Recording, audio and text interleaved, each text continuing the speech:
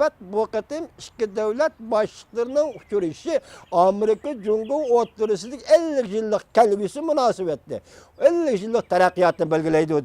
Demek bir qana 40 yıl ahırlaştı. Prezident Nixon davri, merhum Prezident Nixon davri ahırlaştı. 40 yıl bir qana ahırlaştı. Bugün endi Cumhur bilen Amerika Qo'shma Shtatlarning munosabati yeniden başlanışı kerak. Birinci olup bir Cumhur siyasi o'ttirg'i chiqdi. Endi bir Cumhur siyasi o'ttirg'i chiqqandan keyin qolgan siyosatlar o'z yo'li bilan eqib ketaverdi. Eriqni ichib oling, tug'anni qo'yib berasiz. Tug'anni qo'yib bergandan keyin siz ochgan eriq suviga eqaverdi. Yamış ben baştan ahir deb kelyapman ki millet meselesi çoğun devletler o'tirisidagi mesele. Millet meselesi çoğun devletler o'tirisi diplomatiya meselesi. Millet meselesi ta'sir doir meselesi. Diplomatik mesele. Şuna bu diplomatik yollar bilan hal qil. Beshingizni tosh urib beqqan. Mümkün emas. Hazır men strategichi deb bir bilan o'tirg'i chiqyapti. Sen beshingni tosh urib baq. Hech nima emas. Senin stratejiyan akmaydı bir yerde. Amerika Qo'shma Shtatlardagi har dunyodagi bir davlat seni chaqirsa sen gapingni qila olasan.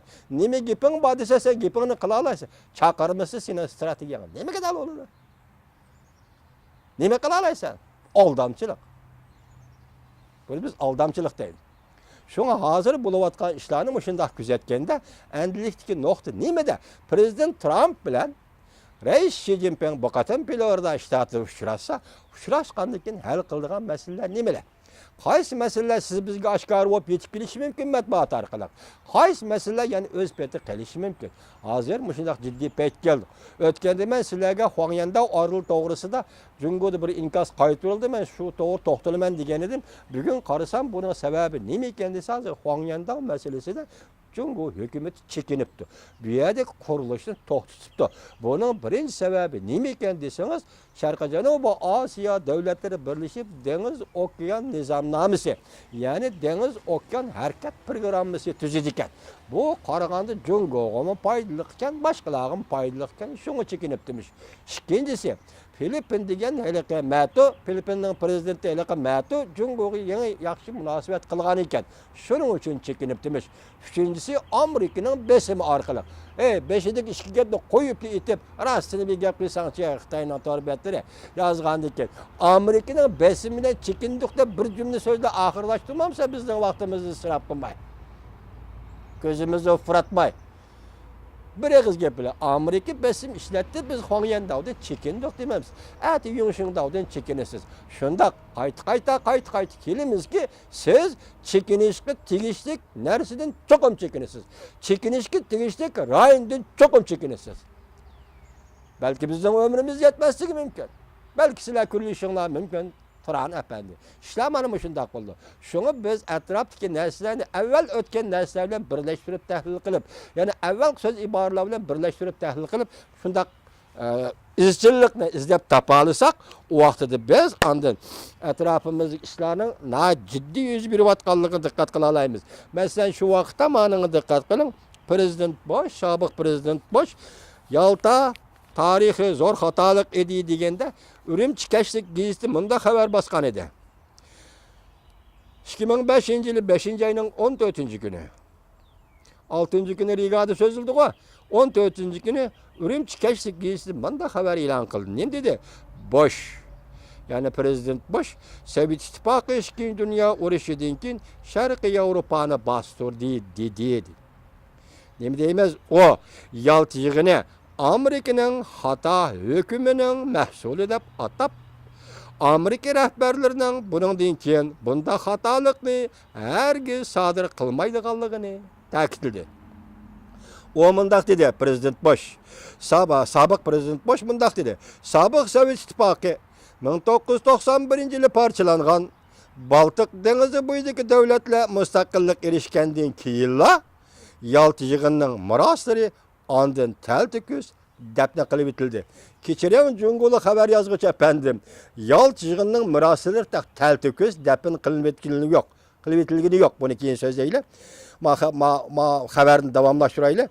2. Dünya urushidan keyin sobiq Sovet İttifaqının Baltiq dengiz bo'yidagi davlatlarni yutuvelishi hamda sobiq Sovet ittifoqiga Sharqiy Yevropaga hukmronlik qilish huquqini bergan yaltijig'ini diqqatda Baltiq dengiz bo'yidagi davlatlarni yutuvelishi hamda sobiq Sovet ittifoqiga Sharqiy Yevropaga hukmronlik qilish huquqini bergan yaltijig'ini dunyo tarixidagi eng cho'ng xatoliklarning biri. Muqimlik uchun uşaq davlatlarni qurbon qilish tadbiri Yevropaning parchalanishini keltirib chiqargan natijada muqimsiz omillar yamrab ketgan. Prezident Bushning shu vaqt so'zlagan so'zi. Manfaat uchun uşaq davlatlarni qurbon qilib etish. Diqqat qiling, hurmatli Turan efendi.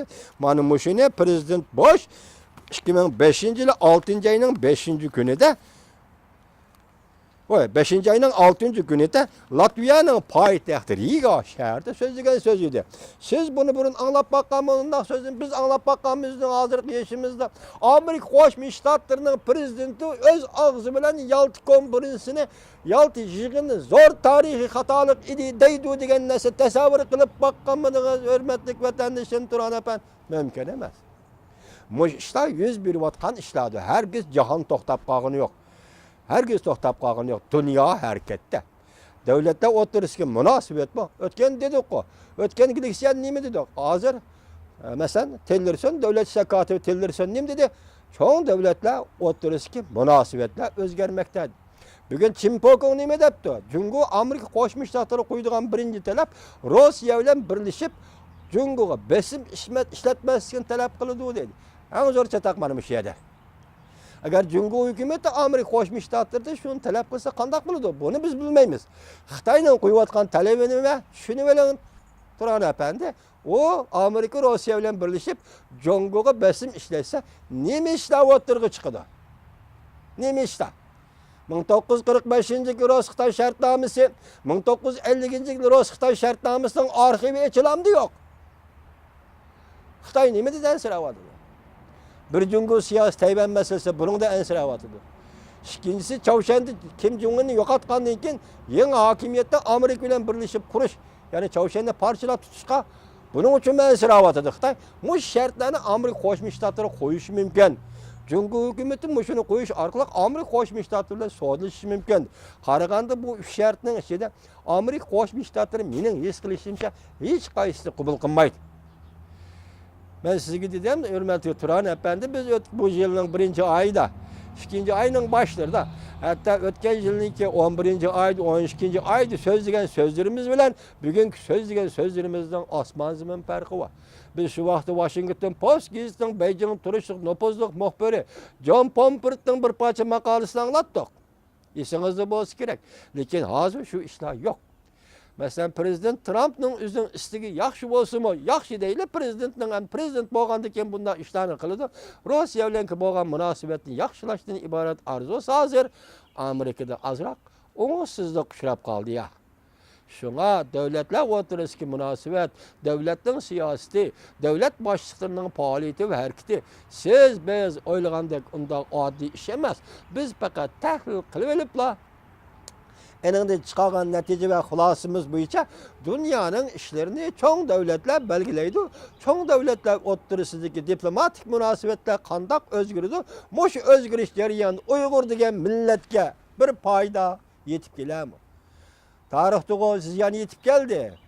Endilikda Uyghur degan millatga bir foyda, bir dam olish fursati ya bir tinib olish fursati yetib keladimi degan niyatda biz mushu vaziyatni tahlil qilib vatandoshlarimizni topshiryapmiz. Xo'sh vaqt bo'ling qarindoshim Turan efendi. Xo'sh vaqt bo'linglar vatandoshlar.